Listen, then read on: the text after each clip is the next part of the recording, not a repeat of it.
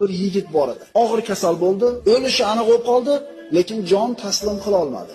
Tiliga la ilaha illalloh kalimasi kelmadi. Bu haqida payg'ambarimizga xabar berilganida, ota-onasi bormi uni deb so'radi.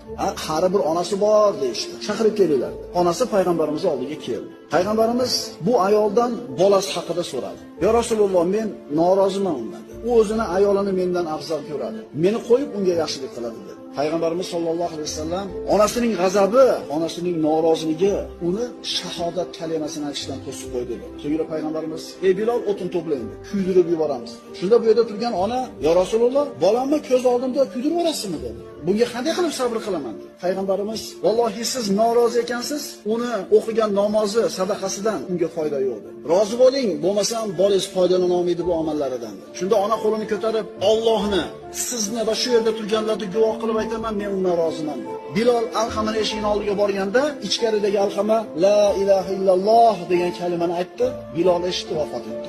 So'ngra payg'ambarimiz sollallohu alayhi vasallamga kelib xabarni berdi. Alqama vafot etdi. Yuvishdi, kafanlashdi. Payg'ambarimiz janozasini o'qidi. So'ngra uni qabrini bir chetida turib aytdiki: "Ey muhojir va ansorlar, kim onasidan ayolini afzal ko'rsa, bas unga Allohning la'nati bo'lsin. Kim ayolini onasidan ustun ko'rsa, bas unga Allohning la'nati bo'lsin" dedi payg'ambarimiz sollallohu alayhi vasallam.